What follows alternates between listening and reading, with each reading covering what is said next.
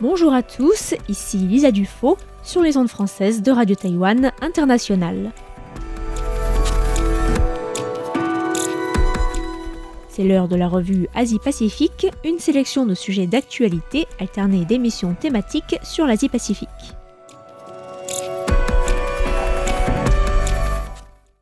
Bonjour à tous et bienvenue dans la revue Asie-Pacifique de cette semaine, avec aujourd'hui une émission un peu spéciale dans laquelle je vous propose une rencontre avec le groupe Maori Te Patu, un parc situé à Rotorua en Nouvelle-Zélande qui promeut la culture maori en présentant aux visiteurs du monde entier les danses, les chants, les contes, la nourriture maori et encore bien d'autres aspects de cette culture autochtone de Nouvelle-Zélande.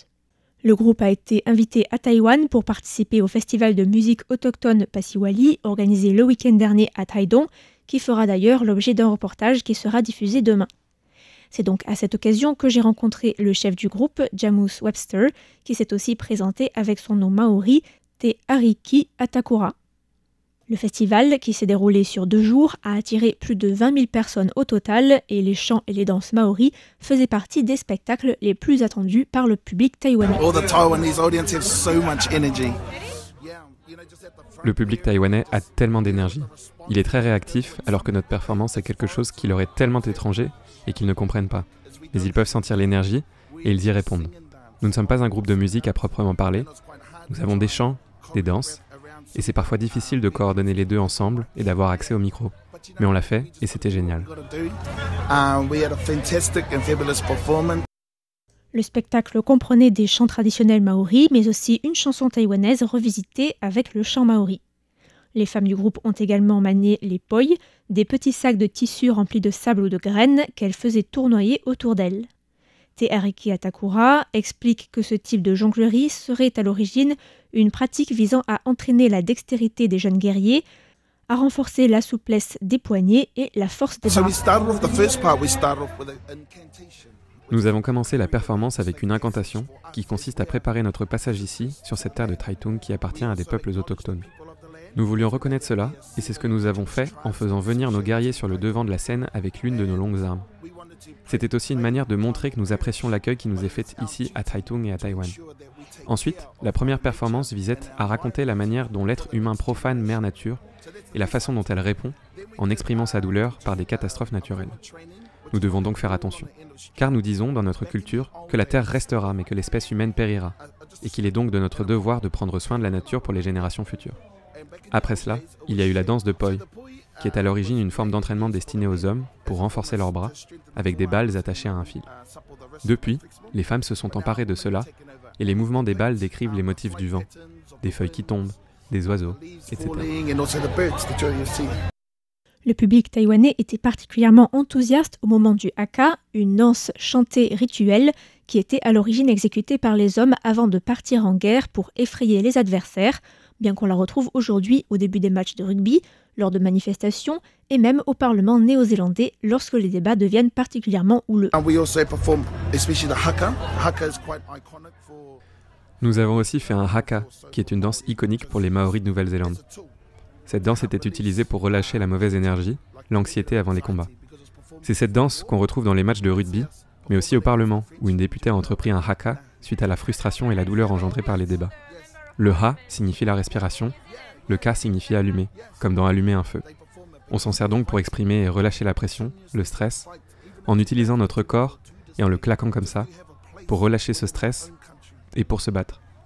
C'est pour cela qu'on utilise encore le haka aujourd'hui pour nous battre, afin de pouvoir conserver une place dans notre propre pays.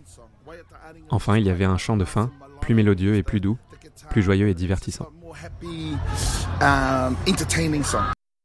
Te Ariki Atakura, dont c'était le premier séjour à Taïwan, a également exprimé sa joie de pouvoir échanger avec le public taïwanais et avec les groupes autochtones de Taïwan, avec lesquels les chercheurs estiment qu'ils partagent des ancêtres communs et une même famille de langues, celle des langues austronésiennes que l'on retrouve dans tout le Pacifique, de la Nouvelle-Zélande à l'île de Pâques. Partager notre culture n'est pas nouveau pour nous, car nous avons beaucoup de tourisme en Nouvelle-Zélande, ce qui nous permet de partager notre culture avec le monde entier. Mais pouvoir la partager avec d'autres peuples autochtones est vraiment puissant, parce que nous partageons la même trajectoire, le même chemin pour faire entendre notre voix. Il est indispensable que les autochtones se rencontrent pour pouvoir échanger leurs histoires, leurs combats, leurs stratégies pour prendre soin des générations futures, pour s'assurer qu'ils aient leur place. J'ai aussi interrogé Te Ariki Atakura sur la langue maori, qui, comme les langues autochtones formosanes, a aussi souffert de la colonisation et s'est retrouvée marginalisée. Il faut savoir que jusqu'à la Seconde Guerre mondiale, la plupart des Maoris de Nouvelle-Zélande avaient la langue maori, le te reo maori, comme langue maternelle. C'est dans la période d'après-guerre, avec la migration des Maoris vers les centres urbains de Nouvelle-Zélande, que le nombre de locuteurs a commencé à diminuer rapidement. Le te reo maori était interdit dans la plupart des écoles et son utilisation était accompagnée de châtiments corporels. À tel point que dans les années 1980, moins de 20% de la population maori parlait le maori assez bien pour être considérés comme des locuteurs natifs. Cette perte de la langue a stoppé la transmission du maori dans de nombreuses familles et les premières générations de maoris ne parlant pas leur langue ont commencé à apparaître. Ce n'est que le 1er août 1987 que le maori est devenu une langue officielle de la Nouvelle-Zélande avec l'adoption du Maori Language Act 1987. Le fait de ne pas parler maori peut être un défi si l'on ne comprend pas totalement le sens des performances, des compositions. Mais la connaissance de la langue n'est pas non plus un must, parce qu'après tout, la danse et le chant sont des formes d'art et sont des moyens incroyables de pousser les gens à s'engager à apprendre la langue. C'est très motivant et inspirant. Tout le monde dans notre groupe parle le maori couramment. C'est incroyable, car ils sont jeunes pour la plupart. Ce qui est aussi inspirant, c'est de voir nos jeunes échanger avec d'autres jeunes autochtones d'autres pays, mais issus de la même génération. Cela leur permet de se rendre compte du pouvoir de la culture, ce que l'on appelle la mana, le pouvoir. Cela permet aussi de réaliser qu'être différent, que sortir du lot et être unique, est tout à fait acceptable. Parfois on a peur d'être une minorité dans un pays, car ça peut être difficile de rester authentique et d'être un lien avec sa culture. Mais le fait d'être unique est quelque chose de puissant et nous permet d'être visible sur la scène internationale. Comme à Taïwan également, le désir des parents de voir leurs enfants parler la langue de leur tribu entre souvent en conflit avec des considérations pragmatiques et notamment avec le souci d'assurer aux enfants de bons résultats scolaires qui leur permettront ensuite d'accéder à de bonnes études et à un travail bien rémunéré. Pour préserver la culture et la langue, il faudrait que ces choses soient obligatoires à l'école. Or, ce n'est pas le cas pour un grand nombre d'écoles. Nous avons des écoles autochtones et des écoles en maori, mais les autorités n'investissent pas assez pour que cette politique de préservation fonctionne correctement. Parfois, les parents choisissent de ne pas envoyer leurs enfants dans des cours après l'école qui permettraient d'apprendre ces connaissances, car ils souhaitent que leurs enfants poursuivent une carrière sportive. Il y a le sport, le travail, les études. Et en ajoutant la culture et la langue, les gens ont du mal à trouver l'équilibre et à tout faire.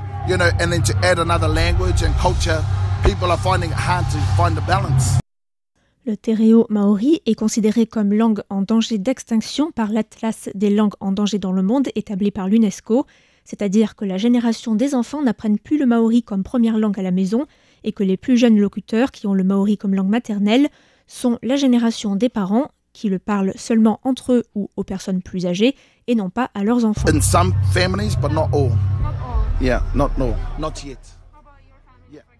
Le maori est parlé dans les familles et la langue est transmise, mais pas dans toutes les familles, en tout cas pas encore. Mais c'est le cas dans ma famille, on parle les deux, l'anglais et le maori.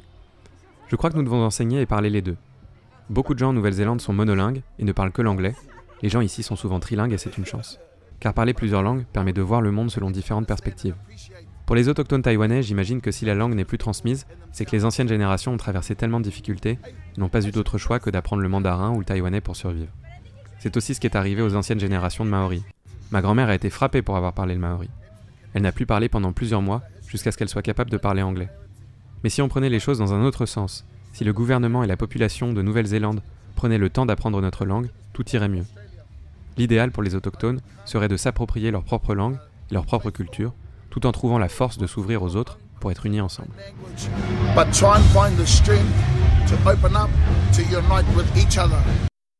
De nombreux autochtones taïwanais qui militent ou travaillent pour la protection, la transmission et la promotion de leur langue et de leur culture sont envieux ou du moins admiratifs de la situation des Maoris en Nouvelle-Zélande et considèrent que les Maoris ont relativement réussi à préserver leur langue et leur culture, notamment grâce à une population plus importante.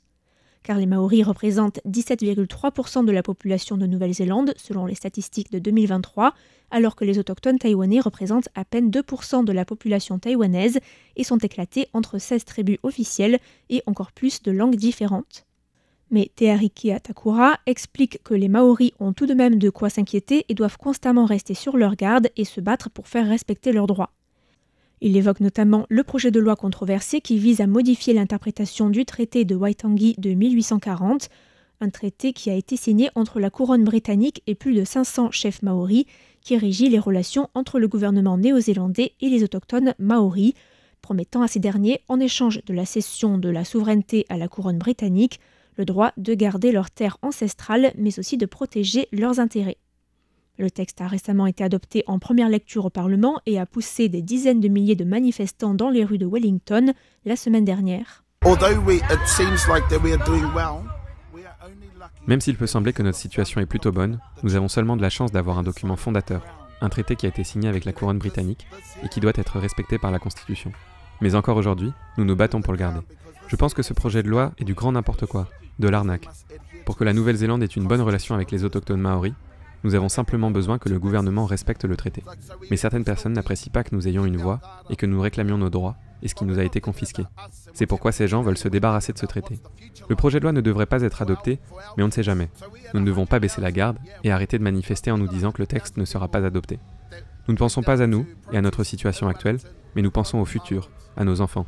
100 000 personnes sont descendues dans la rue à Wellington pour manifester. Mais beaucoup de Maoris ne sont pas encore assez engagés sur la question, et nous avons encore beaucoup de sensibilisation, d'éducation à faire et d'apprentissage.